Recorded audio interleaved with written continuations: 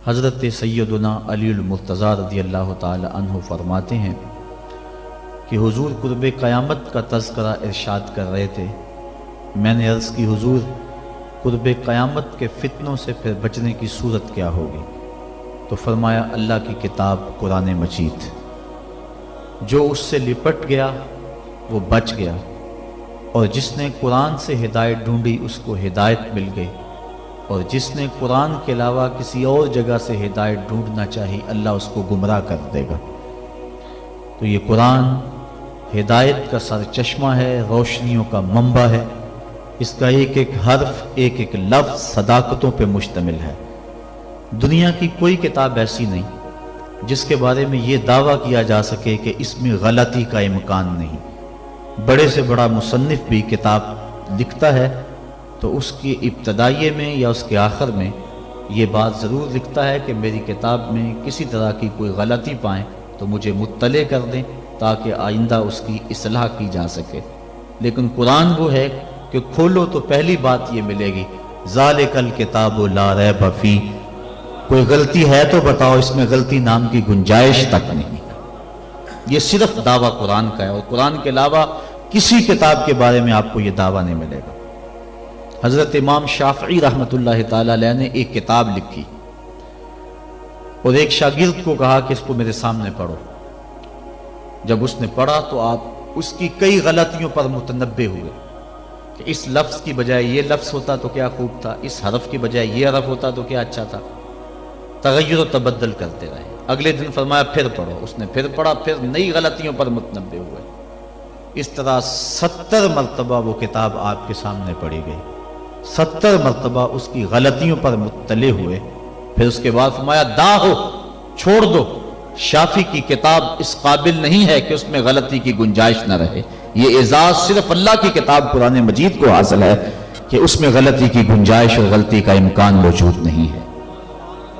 یہ صرف کتاب اللہ ہے قرآن مجید کہ جس میں غلطی کا امکان تک نہیں ہے۔ اور دنیا کے بڑے بڑے دانشور، دنیا کے بڑے بڑے ادیب، شاعر، ان کو بطور تحدی یہ کہا گیا اگر اس کتاب میں تم شک پاتے ہو جو ہم نے اپنے بندہ خاص پہ نازل کی تو اس کی مثل ایک صورت ہی لا کے دکھاؤ۔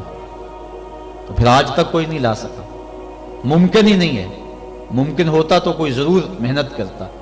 الاتقان فی علوم القرآن کے اندر امام سیوطی لکھتے ہیں اگر قرآن کی مثل لایا جانا ممکن ہوتا تو بدر اور احد کی لڑائیاں نہ ہوتی۔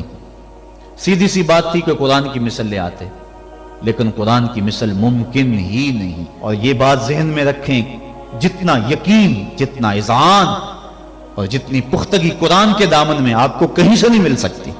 قرآن کا ایک ایک لفظ صداقت پہ مشتمل ہے۔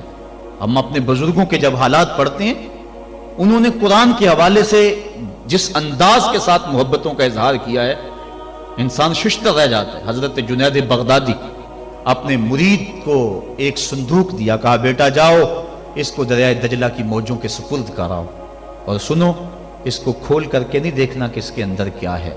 کامل مرید وہی ہوتا ہے جو اپنے شیخ کے راز کی حفاظت کرے۔ حضرت جنید بغدادی رضی اللہ تعالیٰ عنہ کے اس مرید نے اس صندوق کو سر پہ اٹھایا اور دریائے دجلہ کے کنارے پہ پہنچا، اور جو ہی اس نے دریائے دجلہ میں وہ صندوق پھینکا تو کیا منظر دیکھا کہ پانی پھٹ گیا اور اس نے راہیں کشادہ کر دی اور صندوق کو اپنی آغوش میں لے لیا۔ بڑا حیران ہوا، واپس پلٹا اور اپنے شیخ کی خدمت میں حاضر ہو کے عرض کی حضور اگر یہ منظر میری آنکھیں نہ دیکھتی تو میں کبھی سوال نہ کرتا۔ مجھے بتایا جائے اس صندوق میں کیا تھا جس کے لیے پانی نے بھی راہیں چھوڑ دی، اور اگر وہ چیز اتنی ہی مقدس اور بابرکت تھی تو پھر آپ نے اس کو پھینکوا کیوں دیا ہے؟ یہ مہمہ بن گیا میرے لیے، جب تک آپ بتائیں گے نہیں مجھے قرار نہیں آئے گا۔ فرمایا بیٹا ہاں تم نے اپنی آنکھوں سے منظر ہی ایسا دیکھا ہے، جب تک میں اس سے پردہ نہ اٹھاؤں تمہارا اضطراب دور نہیں ہوگا۔ کہا سنو، میں نے 12 سال کی محنت شاقہ سے تصوف کے رموز و غوامض اور اسرار پر ایک کتاب لکھی تھی، اور پھر 12 سال میں اس کی نوک پلک سنوارتا رہا کہ اس کا کوئی جملہ شریعت کے مزاج سے ہٹ کر نہ لکھا گیا ہو، اور پھر 12 سال میں سوچتا رہا اس کتاب کو لوگوں تک پہنچاؤں کہ نہ پہنچاؤں۔ آج 36 سال بیت گئے ہیں، میں نے سوچا ہے قرآن کے ہوتے ہوئے لوگوں کو جنید کی کسی کتاب کی ضرورت نہیں ہے۔ یہ وہ کتاب تھی جو میری 36 سال کی کمائی تھی، میں نے دریا برد کر دی ہے کہ قرآن کے ہوتے ہوئے لوگوں کو جنید کی کسی کتاب کی ضرورت نہیں ہے۔ اتنی کافی ہے، اتنی وافی ہے، شفا دیتی ہے، روشنی بانٹتی ہے، نور دیتی ہے، ایک ایک حرف صداقتوں پہ مشتمل ہے۔ اس کے ہوتے ہوئے اللہ اکبر، قرآن بھی کہہ رہا ہے فَبِأَيِّ حَدِيثٍ بَعْدَهُ يُؤْمِنُونَ، قرآن کے بعد اب کس کا انتظار کر رہے ہو؟ اور آقا کریم صلی اللہ علیہ وآلہ وسلم نے بھی ارشاد فرمایا انی تارکن فیکم الثقلین کتاب اللہ حبل ممدود من السماء الی الارض وسنت نبیہ، میں تمہارے اندر دو چیزیں چھوڑے جا رہا ہوں، مضبوطی سے تھام لو، کبھی گمراہ نہیں ہوگے، ایک اللہ کی کتاب اور ایک نبی کی سنت۔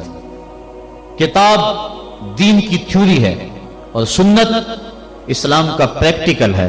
اگر کسی نے تھیوری دیکھنی ہے تو قرآن کو دیکھ لے، اگر پریکٹیکل دیکھنا ہے تو نبی کی زندگی کو دیکھ لے۔ حضرت ام المومنین حضرت عائشہ صدیقہ رضی اللہ تعالی عنہا فرماتی ہیں کان خلقہ القرآن، قرآن حضور کے اخلاق کا ہی نام تھا۔ حضور کے خلق کو دیکھنا ہو تو قرآن کو دیکھ لو، قرآن کا عملی ثبوت دیکھنا ہو تو مصطفیٰ جان رحمت کو دیکھ لو۔ تو قرآن ہماری ضروریات کی کفالت کرتا ہے، کاش کہ ہم اس کو اس نظر سے دیکھیں جس نظر سے دیکھنے کا تقاضا اس قرآن کا ہے۔ ہم نے اس کو طاقوں میں سجا لیا، اس کے اوپر ریشمی غلاف چڑھا لیے، اس کو خوشبو لگا لی، اس کے اندر مور کے پر رکھ لیے اور اس کو ہم نے اونچی جگہ پر رکھا، ہم نے اس کے نام کی قسمیں بھی کھائیں، لیکن قرآن مجید کے نزول کا جو بنیادی مقصد ہے وہ ہم حاصل نہ کر پائے۔ اس بات کا انکار نہیں ہے کہ قرآن مجید کی تلاوت کر کے مرنے والوں کی روح کو اصال ثواب کیا جائے تو ان کی قبر میں نور اترتا ہے، اس کے شواہد موجود ہیں، اس بات کا بھی انکار نہیں۔ قرآن مجید کے الفاظ دم کر کے کسی کو پانی پلائیں تو اس کی بیماریاں صاف ہوتی، اس کا بھی انکار نہیں کیا جا سکتا کہ قرآن مجید کے نور کے مقابلے میں کوئی ناری مخلوق، کوئی جن بھوت، کوئی ایسی چیز نہیں ٹھہر سکتی۔ اس بات کا انکار بھی نہیں کہ اپنے گھر میں، اپنی دکان پہ، اپنے مکان پہ، اپنی فیکٹری میں قرآن مجید کی تلاوت کرو، وہاں برکت ہوگی، رزق میں فراوانی ہوگی، فرشتوں کی قطاریں لگ جائیں گی، رحمت کا نزول ہوگا، اس کا بھی انکار نہیں ہے۔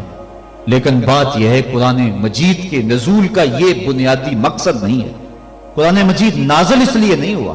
علامہ اقبال نے بڑی خوبصورت اور ستھری تنقید کی ہے، وہ کہتے ہیں بندے صوفی و ملا اسیری حیات از حکمت قرآن گیری با آیاتش ترا کار جزی نیست یا یاسین او آساں بمیری۔ وہ کہتے ہیں تو صوفی اور خشک ملا کے ایسے پھندے میں پھنسا کہ تو نے قرآن سے زندگی تلاش نہیں کی، تجھے قرآن کی آیتوں سے صرف اتنا ہی کام ہے، جب مرتے ہوئے تیرے بوڑھے کی روح اٹک جائے تو سورہ یاسین پڑھ کے اس کی روح کو آسانی سے نکالنے کے لیے قرآن کو ہاتھ میں لیتا ہے۔ اقبال کہتا ہے اس بات کا انکار نہیں کہ سورہ یاسین سے روح آسانی سے نکلتی ہے، لیکن نقطہ نظر یہ ہے اقبال کا کہ تو نے قرآن سے ڈھونڈا تو موت کو ہی ڈھونڈا، قرآن سے بھی تلاش کیا تو مرنے کو ہی تلاش کیا۔ جس قرآن سے تو نے مرنے کو تلاش کر لیا، کاش اس قرآن سے تو جینا بھی سیکھ لیا ہوتا۔